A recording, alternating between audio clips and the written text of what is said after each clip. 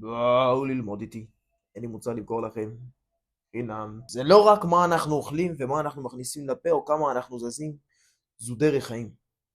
מה זה אומר? זה אומר שכדי להגיע לאחוז שומן חד ספרתי בקיץ שעבר, אני לא רק הסתכלתי על מה אני אוכל או כמה אני זז, היו לי גם כמה צ'יטים בכיס. ועכשיו אני הולך לחשוף אותם בפניכם. טיפ מספר 1, לשתות הרבה מים במהלך היום, מהבוקר ועד הערב, בקבוק צמוד אליכם, במיוחד סביב הארוחות, לפני הארוחה ואחרי הארוחה.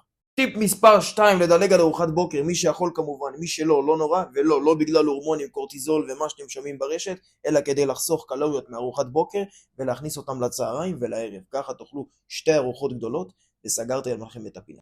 טיפ מספר 3, משקאות זירו, תה, קפה שחור, אספרסו, בלי סוכר כמובן, סוכרזית למי שרוצה, ידכא לכם את התיאבון השקרן והחוצפני זמנית, וייתן לכם להגיע לארוחה הבאה בבטחה. טיפ מספר 4 ואחרון, לשים לב כמה אנחנו זזים ביום יום, לראות שאנחנו לא כל היום רובצים על הספה, וכבר דיברנו על זה בעבר. זה יכול להיות שעון חכם שמודד לנו את הצעדים היומיים, וזה יכול להיות גם אפליקציה שמודדת לנו את הצעדים. אז זכרו, אם אתם גם רוצים להגיע לתוצאות מרשימות הקיץ, אז כדאי לכם ליישם את הטיפים האלה. ואם אתם לא רוצים, אל תיישמו, בעיה שלכם.